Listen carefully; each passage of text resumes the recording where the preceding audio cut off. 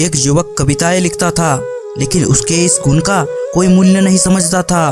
घर वाले उसे ताना मारते रहते थे कि तुम कुछ काम के नहीं हो, बस कागज काले करते रहते हो।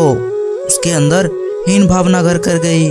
उसने एक जौहरी मित्र को अपनी यह व्यथा बताई। जौहरी ने उसे एक पत्थर देते हुए कहा, जरा मेरा एक काम कर दो, यह एक कीमती पत्थर है, भिन्न भिन्न लोगों से इसकी कीमत पता लगाओ, बस इसे बेचना मत। युवक पत्थर लेकर चला गया।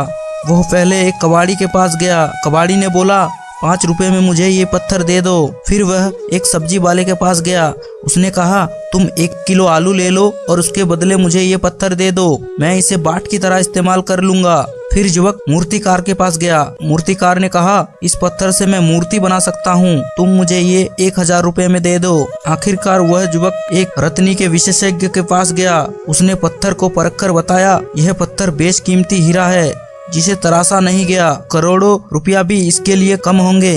युवक जब तक अपने जौहरी मित्र के पास आया, तब तक उसके अंदर से हीन भावना गायब हो चुकी थी और उसे एक संदेश मिल चुका था। मोरल ऑफ द स्टोरी, हमारा जीवन बेशकीमती है, बस उसे विशेषज्ञता के साथ परख कर उचित जगह पर उपयोग करने की आवश्यकता है।